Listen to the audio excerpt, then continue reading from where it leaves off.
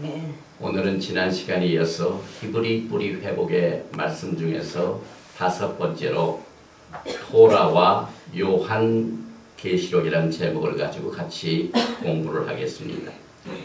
오늘 여러분과 제가 나누게 될 이 말씀은 말세에 살고 있는 교회들이 아주 심각하게 생각해야 할 내용인 것입니다.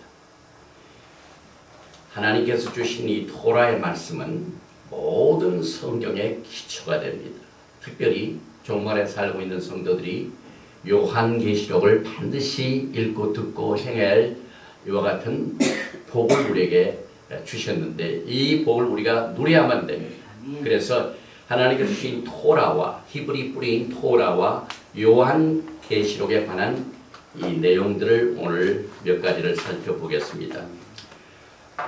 구약의 전도서 12장 13절과 14절 말씀을 보면은 요한계시록에서 주시는 말씀을 비슷하게 이렇게 주시고 있습니다. 일의 결국을 다 들었으니 하나님을 경외하고 그 명령을 지킬지어다. 이것이 사람의 본분이니라. 하나님은 모든 행위와 모든 은밀한 일을 성악간에 심판하시리라. 요한계시록 1장 3절의 말씀을 보면은 이 예언의 말씀을 읽는 자와 듣는 자들과 그 가운데 기록한 것을 지키는 자들이 복이 있나니 때가 가까움이라. 여기서 때가 가까운다는 것은 전도서가 말하고 있는 일의 결국을 말합니다. Conclusion of the whole matter. 우리가 인간이 이 세상에 살면서 이 세상의 결국을 우리는 요한계시록의 말씀을 통하여 듣게 됩니다.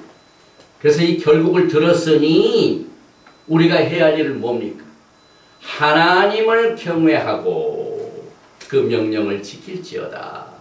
이 토라의 말씀을 보면 언제나 이것을 강조하고 있습니다. 왜냐하면 이제 하나님께서는 우리에게 우리의 일한 대로 모든 것을 상급으로 심판을 하십니다. 그런데 하나님은 모든 행위와 모든 은밀한 일을 선악간에 심판하시리라 하고 이 토라의 기초 말씀이 성경의 맨 마지막 종말을 증거하고 있는 요한계시록의 말씀과 같이 간다는 사실을 우리는 깨닫게 됩니다. 그래서 우리가 요한계시록은 히브리 뿌리인 창세기를 이해하지 못하고는 제대로 이해할 수가 없습니다. 토라를 떠나서 요한계시록을 이해한다는 것은 마치 물고기를 물 바깥에서 이해를 하는 것과 마찬가지입니다. 물고기는 하나님께서 물속에서 살 수 있도록 모든 것을 다 디자인하셨습니다. 그래서 물속에서 이것을 이해해야만 물고기를 이해할 수가 있습니다. 요한계시록도 마찬가지입니다. 하나님께서는 처음부터 종말을 고하셨기 때문에 요한계시록을 이 토라의 뿌리를 통해서 이해를 해야만 제대로 이해할 수가 있습니다. 헬라어로는 히브리 생각에서 그 입각한 모든 내용들을 제대로 표현할 수가 없습니다.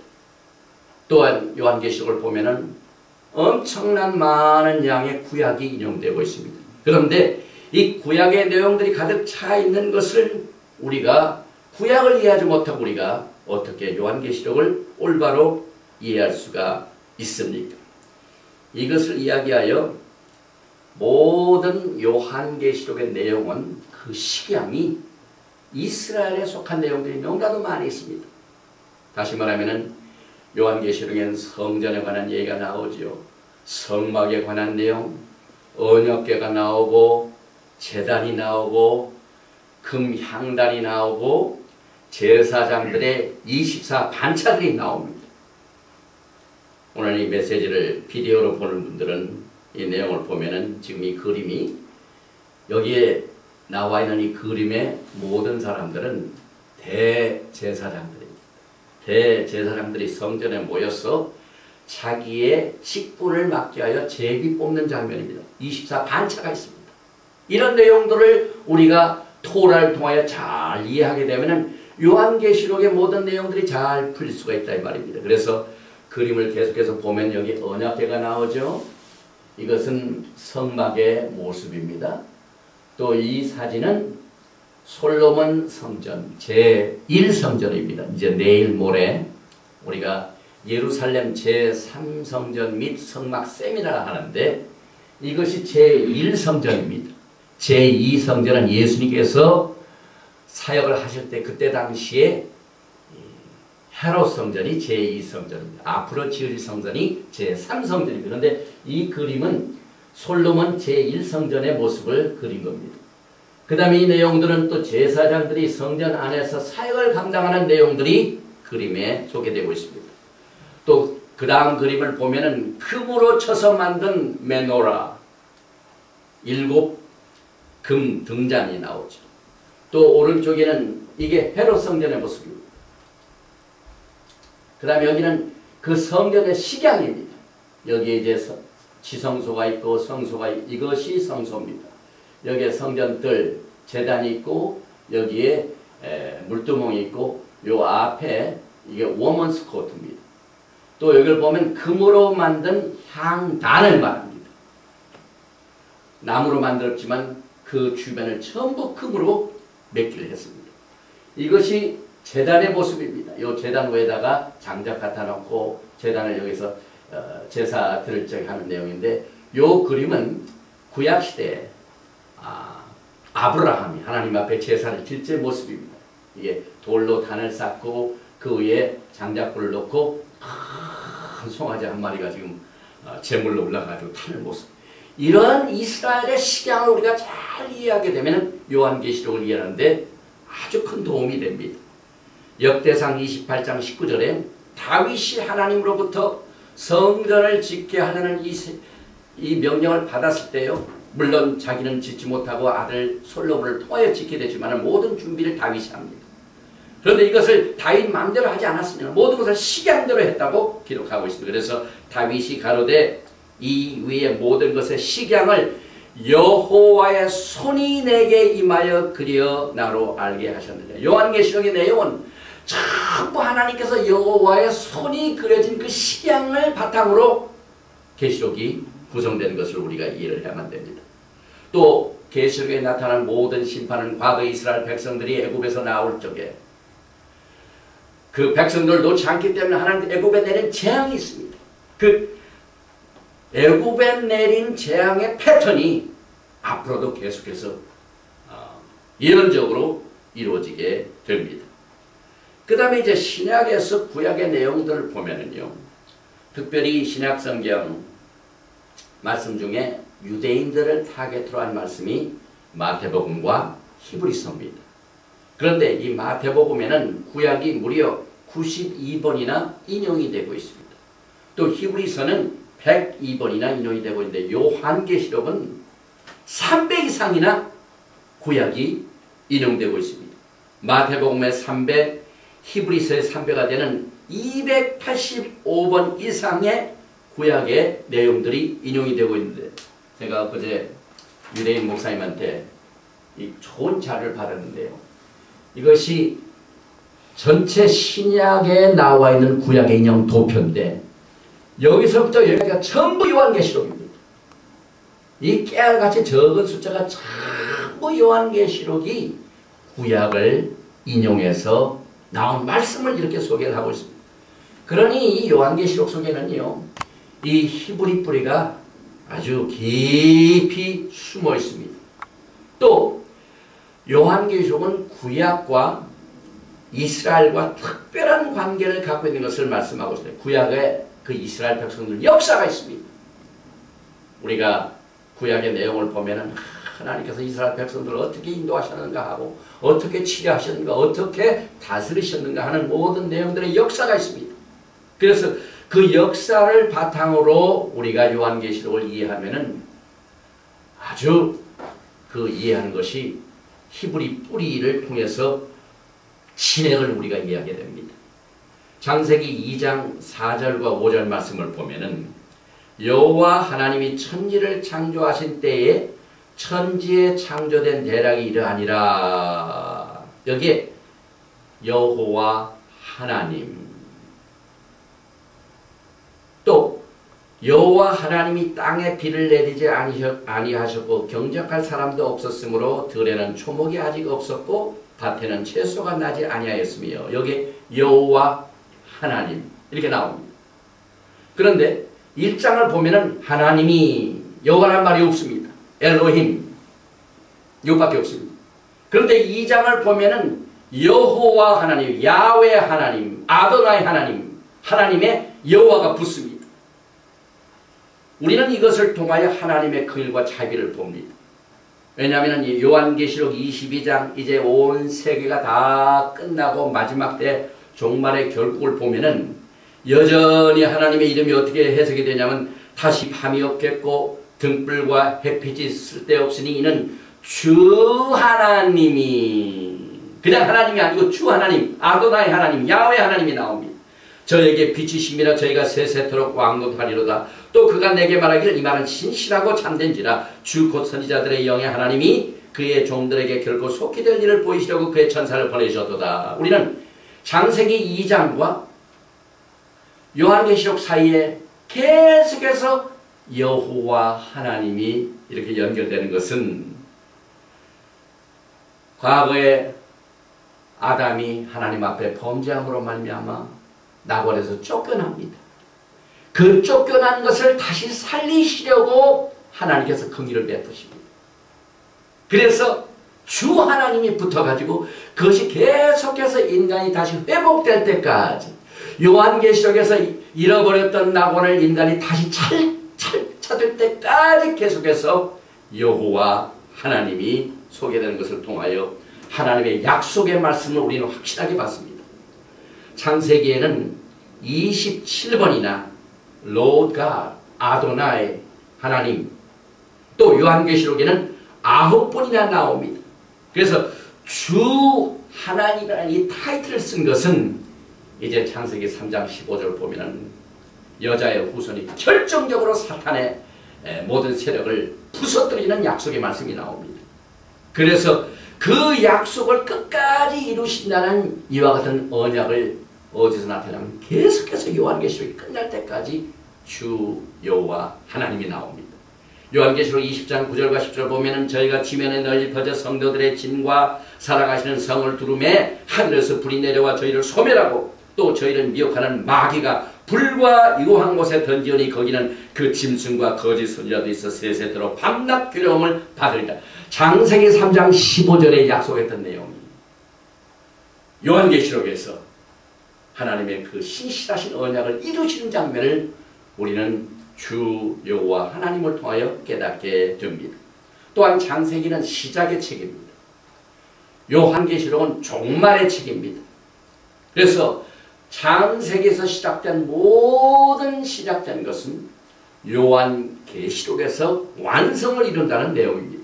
그래서 요한계시록에는 그 새로운 창조가 시작된 모든 것이 어떻게 완성되는가 하는 것을 밝혀주고 있고 또 창세기의 저주의 역사가 어떻게 왔으면 어떻게 사라지게 될 것인가를 요한계시록에서 우리가 찾게 됩니다. 창세기에서는 사탄의 첫 번째 반란이 나옵니다. 그런데 요한계시록을 보면은 마지막 반란이 나옵니다.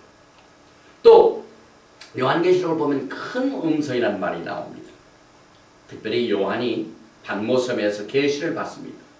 그런데 어떻게 계시를 받냐면 큰 음성을 듣습니다. 요한계시록 1장 10절 이하에 주의 날에 내가 성령에 감동하여 내 뒤에서 나는 나팔소리 같은 큰 음성을 들으니 가로되 너 보는 것을 책에 써서 에베소, 서머나, 버가모, 두아디라, 사데, 빌라델피아, 라오디게아 7교회에 보내라 하시기로 몸을 돌이켜 나더러 말한 음성을 알아보려고 하여 돌이킬 때 7 금초대를 보았는데 여기서 큰 음성 또 금초대 불이 나옵니다. 촛대라는 건 불을 말합니다. 우리는 이것을 히브리 불을 통하여 이해해야만 이 요한이 도대체 이 큰 음성을 메노라 금초대 사이에서 들었는데 무슨 뜻을 갖고 있는가를 제대로 이해합니다.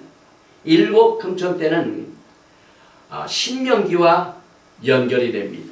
왜냐하면 신명기에 보면은요 불 가운데서 큰 음성을 듣는 장면이 나옵니다. 과거 이스라엘 백성들이 하나님으로부터 음성을 들을 적에 신명기 4장 12절 보니까 여호와께서 화염 중에서 불 가운데서 이 말입니다. 너에게 말씀 요한이 금초대 사이에서 큰 음성을 들은 것과 똑같이 연결이 됩니다. 그런데 말씀하실 때 음성뿐이므로 너희가 그 말소리만 듣고 형상을 보지 못하였느니라. 또 신명기 4장 15절에 여호와께서 호렙산 화염 중에서 불 가운데서 너희에게 말씀하시던 날에 너희가 아무 형상도 보지 못하였으니 너희는 깊이 상가라. 또 신명기 4장 33절에 보면은 어떤 국민이 불 가운데서 말씀하시는 하나님의 음성을 너처럼 듣고 생존하였느냐. 신명기 4장 36절에 여호와께서 너를 교훈하시려고 하늘에서부터 그 음성을 너로 듣게 하시며 땅에서는 그 큰 불을 내게 보이시고 너로 불 가운데서 나오는 그 말씀을 듣게 하시며 하나님의 음성을 들을 때마다 불 가운데서 화염 중에서 이것이 동반합니다. 똑같은 그 패턴이 요한계시록에 요한이 마지막 사물의 결국을 계시로 받을 적에 7 금초대 사이 불 가운데서 음성을 듣게 됩니다.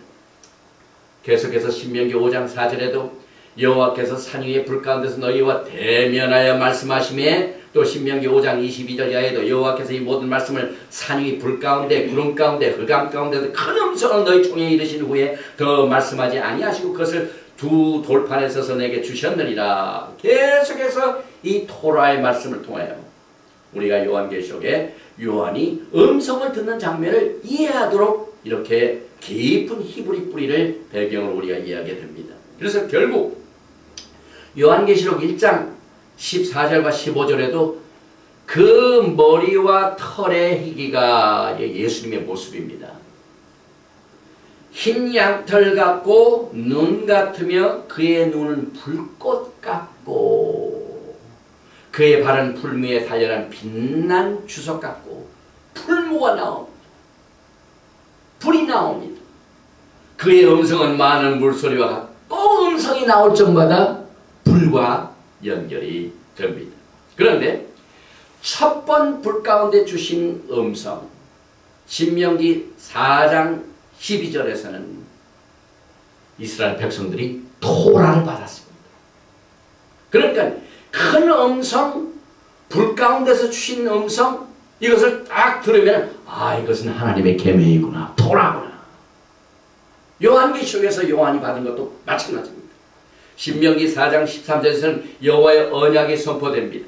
여호와께서 그 언약을 너에게 반포하시고 너희로 지키라 명하셨으니 곧 십계명이며 두 돌판에 친히 쓰신 것이다. 그 다음에 두 번째 불 가운데 주신 음성은 명령을 주시고 난 뒤에 그 다음 말씀은 조심하라, 삼가 지켜라 라는 명령이 있습니다. 그럼 무엇을 삼가라는 말씀입니까?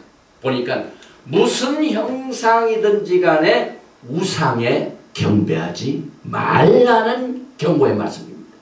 창세기 4장 15절에 여호와께서 호렙산 화염 중에서 너에게 말씀하시던 날에 너희가 아무 형상도 보지 못하였은즉 너희는 깊이 삼가라.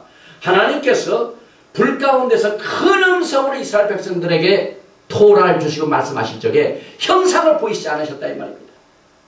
그래서 말씀을 주시고 난 뒤에는 형상에 경배하지도 말고 절하지도 말고 우상 숭배하지 않도록 조심하라는 말씀과 같이 갑니다. 이것을 우리가 이해하여 요한계시록 13장에 우상 숭배에 대한 내용이 나옵니다. 1장에서는 요한이 반모섬에서 불 가운데서 금초대 사이의 음성을 들었는데 13장에 가보니까 무슨 내용이 나옵니까? 요한계시록 13장 13절 이하에 큰 이적을 행하되 심지어 사람들 앞에서 불이 하늘로부터 땅에 내려오게 하고 짐승 앞에서 받은 바 이적을 행함으로 땅에 거하는 자들을 미혹하여 땅에 거하는 자들에게 이르기를 칼에 상하였다가 살아난 짐승하여 우상을 만들라 하더라. 이 토라의 깊은 훈련을 받으면 절대로 우상에게 절할 수가 없습니다. 육육용표를 아무리 받으라고 해도 이 하나님의 첫 번 말씀이 불 가운데 주실 적에 내가 너에게 아무 형상을 보이지 않았기 때문에 다른 형상에게 절대로 절하지 말라 한 이것을 바로 생각을 하게 됩니다. 그래서 육류편을 받지 말라고 삼가라 이미 종말을 처음부터 고했습니다. 지금 하이웨이가 막혀가지고 저 남쪽 LA 쪽 캘리포니아에서 그 많은 채소를 공급하는 차들이 지금 오지 않아가지고 이 시애틀 일대에 지금 마켓마다 채소니 뭐니 텅텅 빕니다. 서플라이가 없기 때문에. 그런데 며칠 이렇게 채소를 못 먹다가 갑자기 정부에서 발표가 있습니다. 채소를 공급하긴 하는데 조건이 있습니다. 반드시 이마에나 오른손에 육류편을 받아야만 이 채소를 먹을 수 있습니다. 라고 말할 적에 토라의 훈련을 받은 사람들은 금방 합니다. 우상에게 전하지 말고 적그리스도를 우리가 전하면 안 된다, 경배하지 말라는 명령을 받은 사람은 그것을 금방 합니다. 그런데 장자의 명분을 팔아먹은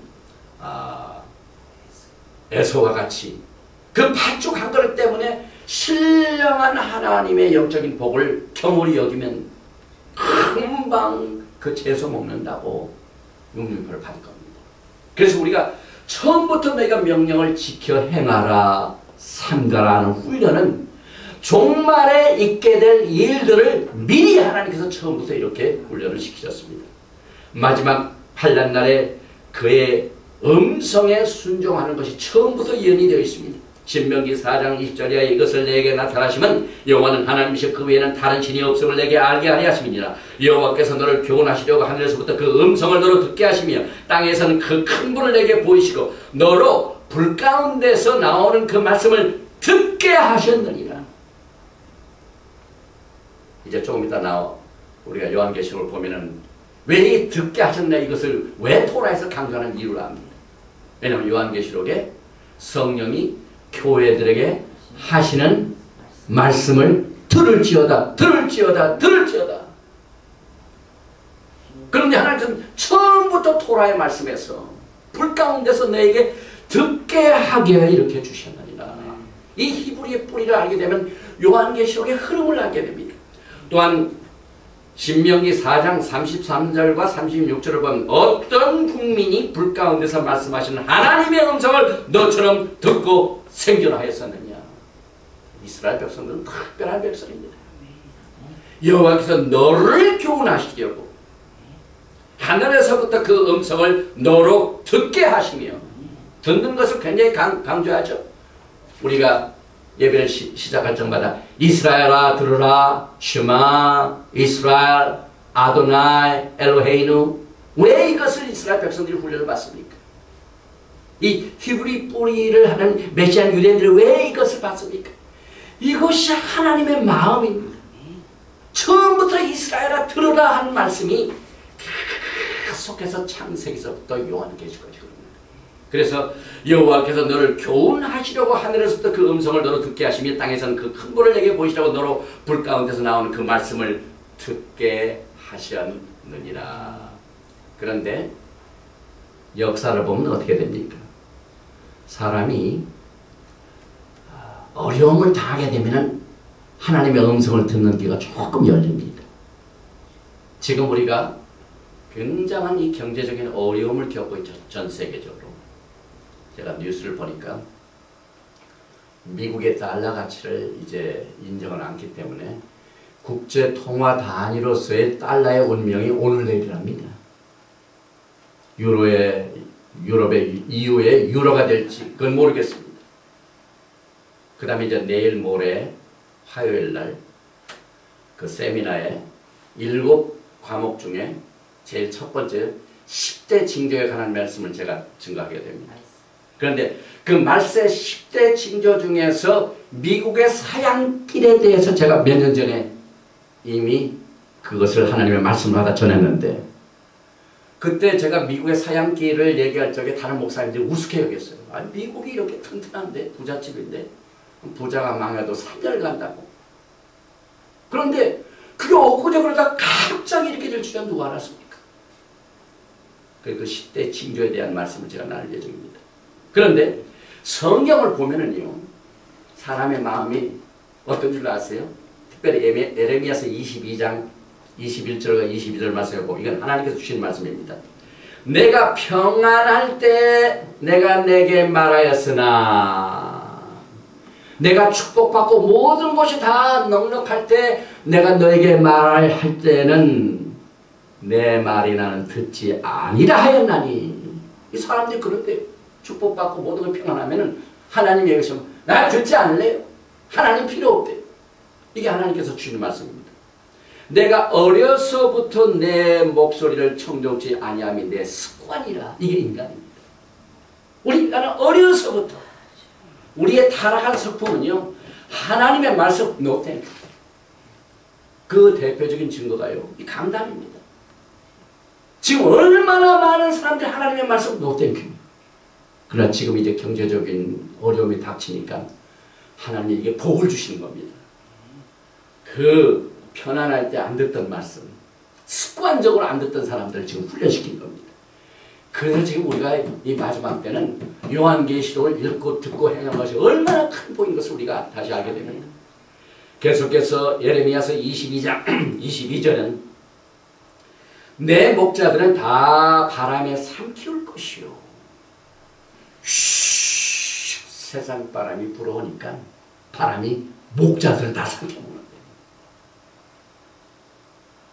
너를 사랑하는 자들은 사로잡혀 가려니 그때 내가 반드시 내 모든 악을 인하여 수치와 욕을 당하리라. 에스겔서 33장 32절 말씀입니다.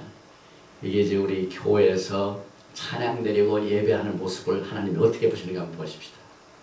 그들이 너를 음악을 잘하며 고운 음성으로 사랑의 노래를 하는 자 같이 여겼나니 내 말은 듣고도 준행치 아니하거니와.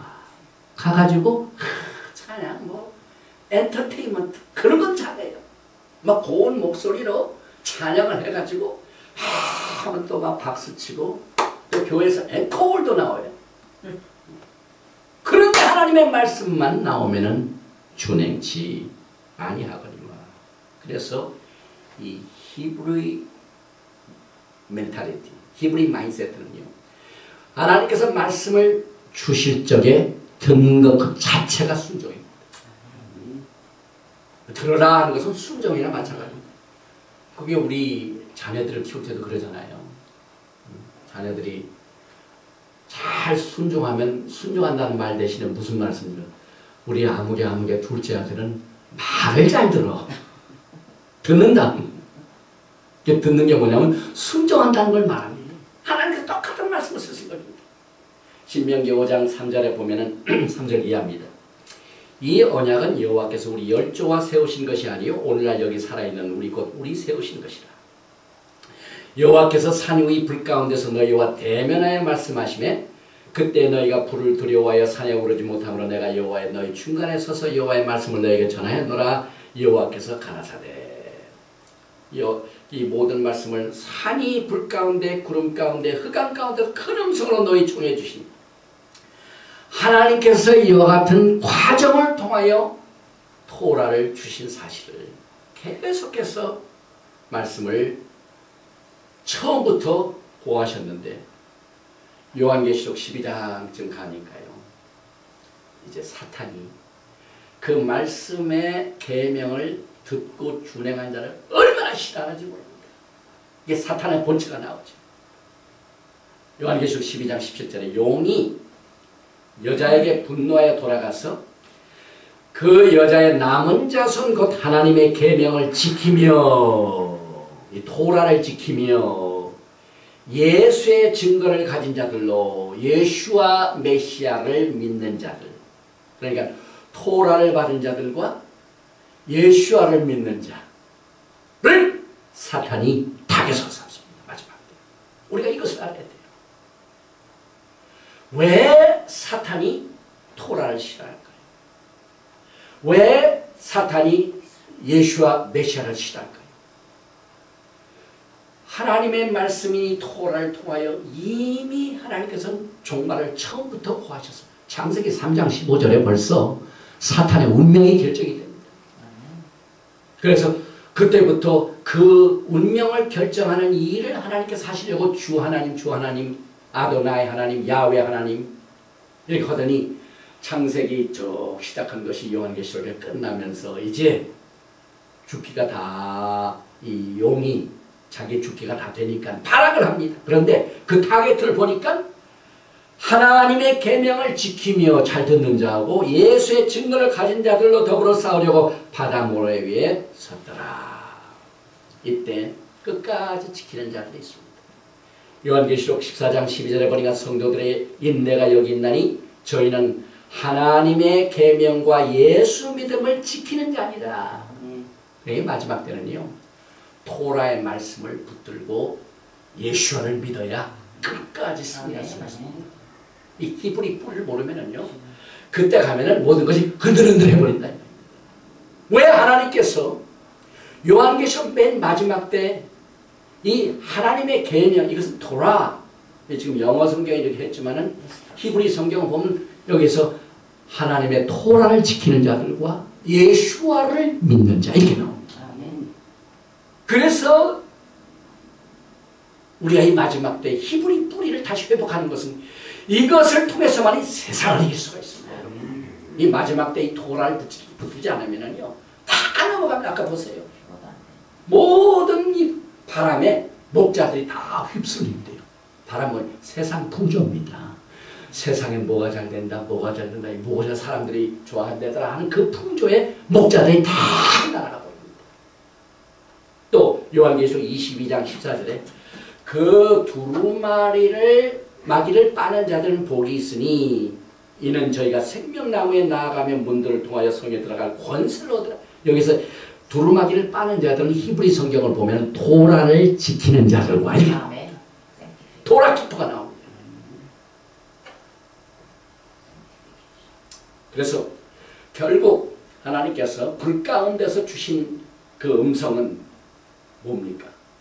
내가 처음부터 이스라엘 백성들에게 불 가운데 시내산에서 토라를 줄 때 그 음성을 주는 것을 통하여 잘 듣고 지키라는 것은 결국 요한계시록에서도 토라의 뿌리로 다시 돌아가라 하는 말씀인 것입니다. 신명기 5장 24절에 말하되 우리 하나님 여호와께서 그 영광과 위엄을 우리에게 보이시매 불 가운데서 나오는 음성을 우리가 들었고 하나님이 사람과 말씀하시되 그 사람이 생존하는 것을 오늘날 우리가 보았나이다. 이제 귀 있는 자는 들을지어다가 나옵니다. 요한계시록 2장과 3장에 왜 하나님께서는 일곱 교회 출석마다 꼭 끝에는 성령이 교회들에게 하시는 말씀을 들을지 이 말은요. 토라를 주실 때 불 가운데 주신 음성 토라를 주셨죠. 그러니까 마지막 때 성령이 토라의 말씀에 귀를 기울인 말씀을 주실 적에 교회는 들을지어다. 이렇게 해석을 해야만 됩니다. 그래서 14번이나 나오기 때문에 귀 있는 자는 들을지어다. 이것은 어디서 많이 듣던 이야기입니다. 다시 말하면 유대인의 정서가 깊이 스며져 있는 말씀입니다. 또 요한계시록 2장 10절에 귀 있는 자는 성령이 교회들에게 하시는 말씀을 들을지어다. 이기는 그에게는 내가 하나님의 낙원에 있는 낙원이 나옵니다. 이 낙원은 언제 우리가 잃어버렸습니까? 창세기 아담 때부터 잃어버렸던 낙원을 이제는 요한계시록에 잘 듣고 행하면 이것을 회복해 주셔서 생명나무를 먹게 하는 것을 막았던 그때 이것이 이제는 그 저주가 요한계시록에 이 토라를 듣고 지킴으로 말미암아 과실을 주 먹게 하는 권세를 얻게 됩니다. 이렇게 연결이 됩니다. 그래서 그 귀 있는 자는 들을지어다 총 14번 나오는데 2 곱하기 7입니다. 그 표현의 특색과 출처와 근원과 그리고 사용 방식 모두가 다 히브리 뿌리를 바탕으로 하고 있습니다. 그런데 이 14번 귀 있는 자는 성령의 교회들에게 하신 말씀을 들을 자의 이 말씀 중에 6번은 땅에서 인자의 음성입니다. 그러나 나머지 8번은 전부 하나님의 영광 중에 주신 말씀인 것입니다. 그래서 오직 인자만이 예수와만이 교회들에게 하신 말씀을 들을지어다. 이렇게 말씀할 수가 있습니다. 다니엘서 10장을 보면은 요한계시록 1장 요한이 반모섬에서 예수님을 만난 임자의 비전을 보게 됩니다. 그런데 우리는 요한이 예수님을 본 것이 계시록을 쓴 목적과 내용입니다. 요한이 반모섬에서 예수님을 봤기 때문에 그와 같은 계시가 나옵니다. 그래서 이것을 우리가 어떻게 해석을 하냐면 요한이 반모섬에서 예수와를 만났기 때문에 우리가 토라를 바탕으로 그 예수님 본 것을 우리가 해석을 하지 아니하면 이것은 집을 짓는데 어떤 사람이 딱 집을 짓겠다고 해서 제일 먼저 어디서부터 보면 지붕부터 짓죠. 그러니까 요한계시록을 토라를 바탕으로 하지 않고 요한계시록을 해석을 하면은요, 파운데이션 바탕이 없어요. 제가 엊그제 어떤 목사님한테 들었는데 그 교회 어느 장로님이 스노우무시야 아주 비싼 집을 싸게 사셨대요. 아주 좋은 집인데 값이 싸가지고 사는데 이번에 그냥 엊그제 그 홍수가 나지 않습니까? 뭐 밑에 보니까 막 물이 가득 차가지고 집의 가장 중요한 부분은 지붕보다는 이 파운데이션이 높아야 돼. 지붕이 아무리 튼튼해도 물이 다 이렇게 땀으로 습해가지고 들어오니까 집이 쓸모가 없어요. 그 집이 물나는 집이 소문나가지고 아무리 집을 팔려도 팔 수가 없대요. 마찬가지로 파운데이션은 창세기 토라입니다. 지붕은 꽃봉우리는 요한계시록입니다. 그래서 요한계시록을 이해하려면 창세기 뿌리부터 집을 지어나가야 제대로 짓게 된 것입니다. 그리고 이제 7교회의 약속이 나옵니다. 에베소 교회는 창세기 2장에 나오는 생명나무의 과실을 약속받게 됩니다. 서머나 교회는 창세기 3장에 나오는 둘째 사망의 해를 받지 않는 약속을 성취하게 됩니다. 또한 세 번째 버가모 교회는 출애굽기 16장에 나오는 감추었던 만나를 먹게 되는 축복을 누리게 됩니다. 두아디라 교회는 민수기 24장에 새벽별을 약속받습니다. 다섯 번째 사대교회는 사무엘하 23장에 나오는 그 이름을 내 아버지 앞과 천사들 앞에서 시인하리라. 다윗이 용사들을 인정해가지고 사무엘하 23장 보면은 8절부터 계속해서 사람 이름이 나옵니다. 용사들의 이름. 그건 하나님이 그 사람을 인정했다는 것과 마찬가지입니다. 그래서 우리의 이름이 하나님 앞에 인정이 돼가지고 아버지 앞과 천사들 앞에서 시인되는 내용의 그 히브리 뿌리를 바탕으로 사대교회의 약속이 주어졌습니다. 또 빌라델피아 교회는 하나님의 성전과 기둥이 나오죠. 뭐 구약에 보면 얼마나 사무엘하 열왕기 보면은 성전이 많이 나오고 있죠. 맨 마지막 라오디게에 주신 약속의 말씀이 보좌. 이건 구약의 열왕기와 역대 얼마나 많이 나옵니까? 그래서 우리가 창세기와 요한계시록을 비교해 보면 창세기는 땅이 창조되었지만 요한계시록은 땅이 사라집니다. 해와 달과 별들이 땅을 주관하지만 이제 요한계시록은 그것이 땅을 심판하게 됩니다. 또 해가 낮을 주관하지만 요한계시록을 보면 이제 해가 필요가 없어. 하나님의 영광이 너무 밝기 때문에 전기빛도 필요 없고 햇빛도 필요 없고 하나님의 영광으로 우리가 살게 됩니다. 또 창세기는 어두움을 밤이라고 하였지만 요한계시록은 이제 밤이 없습니다. 어둠이 사라졌습니다. 창세기는 물이 바다라고 했지만 이제는 요한계시록에 바다가 필요가 없습니다. 창세기는 강이 땅의 축복이 되죠. 젖주라고 그러죠. 근데 요한계시록의 새하늘과 새 땅에는 그렇게 필요가 없어요.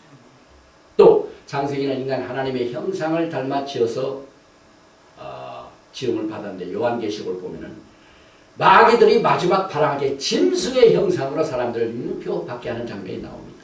창세기는 죄가 어떻게 시작된 것을 말하고 있지만 이제 요한계시록은 죄가 사라지는 장면이 나옵니다. 창세기는 저주가 선포되지만 요한계시록은 저주가 사라집니다. 창세기는 사망이 들어왔지만 요한계시록은 사망이 사라집니다. 창세기는 에덴 동산에 쫓겨났지만 요한계시록은 쫓겨난 것이 다시 회복됩니다.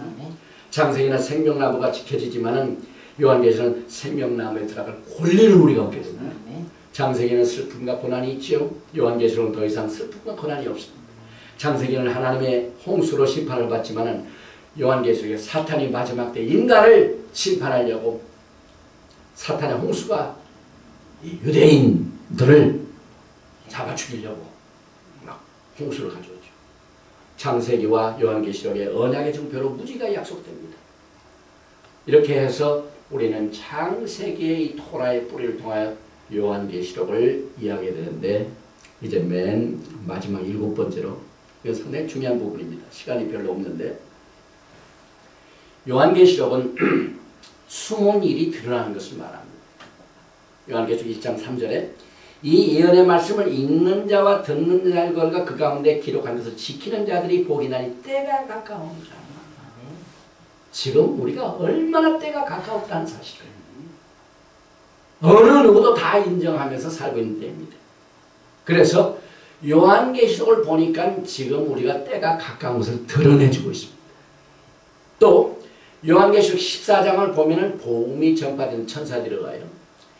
또 보니 다른 천사가 공중에 날아가는데 땅에 거하는 자들 곧 여러 나라와 족속과 방언과 백성에게 전할 영원한 복음을 가졌더라. 영원한 복음이 나옵니다. 그런데 그 영원한 복음을 듣고 난 뒤에 계속해서 무슨 메시지가 나옵니까? 그가 큰 음성으로 가로되, 여기 또 음성이 나옵니다. 하나님을 두려워하며 그에게 영광을 돌리라. 이는 그의 심판하실 시간이 이렇음이니 하늘과 땅과 바다 물들의 근원을 만드신 이를 경배하라 하더라. 하나님을 두려워하라. 하나님만 경배하라. 우상을 숭배하지 말라는 겁니다.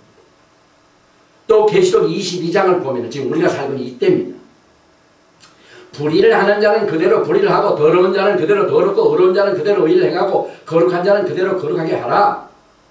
보라 내가 속히 오리니 내가 줄상이 내게 있어 각 사람이 그의 일한 대로 갚아주리라. 나는 알파와 오메가요 처음과 나중에 시작과 끝이다. 그 두루마기를 빠는 자들은 명령을 순종한 자는 토라를 지키는 자는 복이 있으니 이는 저희가 생명나무에 나가며 문들을 통하여 성에 들어갈 권세를 얻으려 함이로라. 이렇게 해서 요한계시록 몇 장을 제가 인용을 했죠. 그런데 요한계시록은 말세 끝의 일들을 숨겨진 것을 드러내주고 있습니다. 다시 말하면 숨겨진 모든 이 만사의 결론을 지금 드러내고 있습니다. 그 이유는 때가 가깝기 때문에. 세상 만사의 결국을 마지막 때 살고 있는 사람들은 반드시 보아야 된다고 말씀하고 있습니다. 왜냐하면 이제 하나님의 심판이 곧 임하고 우리의 몸으로 행한 일한 대로 갚아주는 날이 가까이 왔기 때문에 그렇습니다. 그래서 하나님을 두려워하고 그의 명령을 순종하는 것이 마지막의 메시지입니다. 지금 우리가 살고 있는 시대의 메시지입니다. 그 말씀이 오늘 이 본문 말씀 전도서하고 똑같습니다. 전도서 12장 13절과 14절에 일의 결국을 다 들었으니 요한계시록을 통하여 마지막 때 모든 징조들을 다 우리가 다 알았으니 하나님을 경외하고 똑같은 말씀입니다. 왜냐하면 지금 마지막 때 하나님이 경외하지 않는 사람이 너무나도 많아요. 교회를 다니면서 교회의 방향이 하나님을 경외하는 것을 가르치지 않습니다.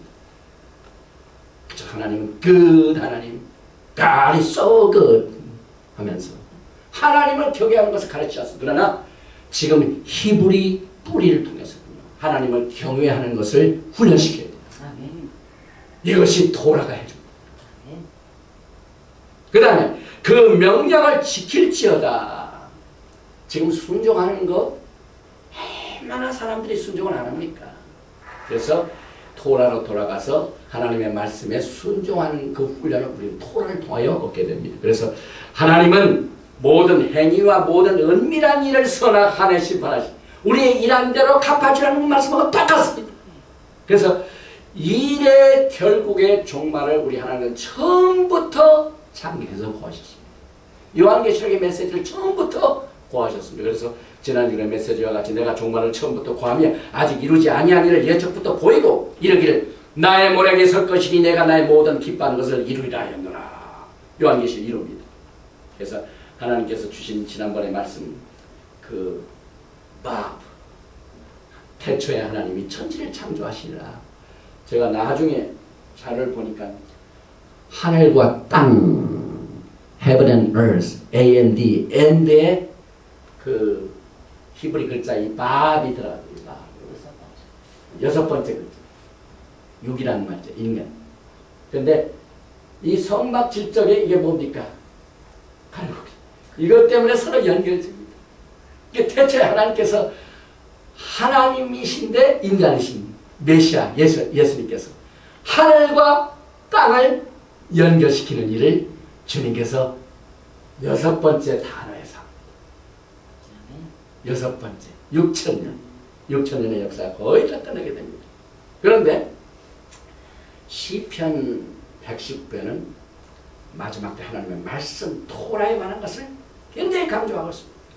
시편 119편이 어떻게 되어 있냐면 히브리, 알렛, 벳, 달렛 쭉 해서 22자가 있습니다. 그 22자에서 알렙의 8절, 벳의 8절, A의 8, B의 C, D, E, F 22자까지 8절을 만든 게 시편 119편입니다. 네. 그런데 특별히 그 시편 119편 113절은 마지막 때 주신 말씀. 내가 두 마음 품는 자를 미워하고 주의 법을 사랑하나이다. 주는 나의 은센처여 방패시라. 내가 주의 말씀을 바라나이다. 너의 행악자여 나를 떠날지어다. 나는 내 하나님의 계명을 지키리라. 주의 말씀대로 나를 붙들어 살게 하시고 내 소망이 부끄럽지 말게 하소서. 나를 붙드소서. 그리하시면 내가 구원을 얻고 주의 율례에 항상 주의하리이다. 주의 율례에서 떠나는 자는 주께서 다 멸시하셨으니 저희 괴산은 험함이니이다. 주께서 세상의 모든 악기를 찢기같이 버리시니 그러므로 내가 주의 증거를 사랑하나이다. 내 육체가 주를 두려워함으로 떨며 내가 또 주의 판들을 두려워하나이다. 여기서 말씀이 나를 붙들어달라고 기도하고 내가 주를 경외하나이다. 똑같은 창세기 도라의 말씀, 시편의 말씀, 요한계시록의 말씀 쭉 나오는데 이 시편 119편은 특별히 15번째 알파벳인 사맥에 해당이 됩니다. 영어 성경이나 우리 한글 성경은 그게 안 나옵니다. 그런데 시편 119편 113절부터 8절은 알파벳 사맥에서 시작이 됩니다. 이 사맥이 15번째 글자입니다. 그래서 보면은 알렙, 벳, 기멜, 달렛, 헤이, 밥, 자인, 헷, 텟, 욤, 카프 그 다음에 쭉 이렇게 해서 맴, 눈, 사맥 이게 15번째 글자. 이렇게 시편 119편 13절은 요 사맥에 해당되는 8개의 말씀인데 이 사맥의 그림의 뜻이 뭡니까? 여기 나무가 있는데 나무가 이렇게 쓰러지려고 해요. 그런데 여기에 뭘로? 이렇게 줄로 붙어놨습니다. 이 나무는 지금 마지막 때 인간입니다. 그런데 이걸 튼튼하게 이렇게 묶어주고 있죠. 하나님의 말씀입니다. 이 마지막 때 이 토라를 받지 않으면요 똑같이 됩니다. 그래서 시편 보면은 주의 말씀은 나를 붙들어 살게 하셔서 이 사명은 똑같은 내용입니다. 하나님의 말씀이 나를 붙들지 않으면 전 쓰러집니다. 그러니까 나를 붙드셔서 그리하시면 내가 구원을 얻고 주의 율례에 항상 주의하라. 이 참 이 토라의 깊은 내용들 요한계시록에 주의 말씀 계명을 순종하고 경외하라는 말씀하고 똑같이 성경 전체가 좀 아름다운 오케스트라와 같이 여기서 이 말씀이 나오고 저기서 말씀이 아름답게 좋아해서 우리는 성경 전체를 하나님의 아주 깊은 마음을 우리는 마지막 때 이 토라의 꼬리를 통하여 배우게 됩니다. 그래서 민수기 6장 22장 27절에 여호와께서 모세에게 일러 가라사대 아론과 그 아들들에게 고하여 이르기를 너희는 이스라엘 자손을 위하여 이렇게 축복하여 이르되 여호와는 내게 복을 주시고 너를 지키시기를 원하며 여호와는 그 얼굴로 내게 비치사 은혜 베푸시기를 원하며 여호와는 그 얼굴을 내게로 향하여 드사 평강 주시기를 원하노라 할지니라 하라. 그들은 이같이 내 이름으로 이스라엘 자손에게 축복을 할지니 내가 그들에게 복을 주리라. 이렇게 말씀하셨습니다. 사실 이 사맥, 조금 전에 아까 말씀드린 15번째 히브리 말씀은요, 히브리 글자 하나가 또 숫자에 해당이 됩니다. 그래서 이 15번째 시편 119편 113절부터의 8번째 이 사맥 글자는요, 숫자적으로 볼 때 60입니다. 1948년도 이스라엘의 독립을 한 지 히브리 달력으로 2008년, 2009년은 60세의 생일이 독립기념이에요. 그래서 이스라엘이 지금 어느 시대에 살고 있는가를 이 히브리 뿌리를 외치고 있는 유대인들은 굉장히 중요시 여기고 있습니다.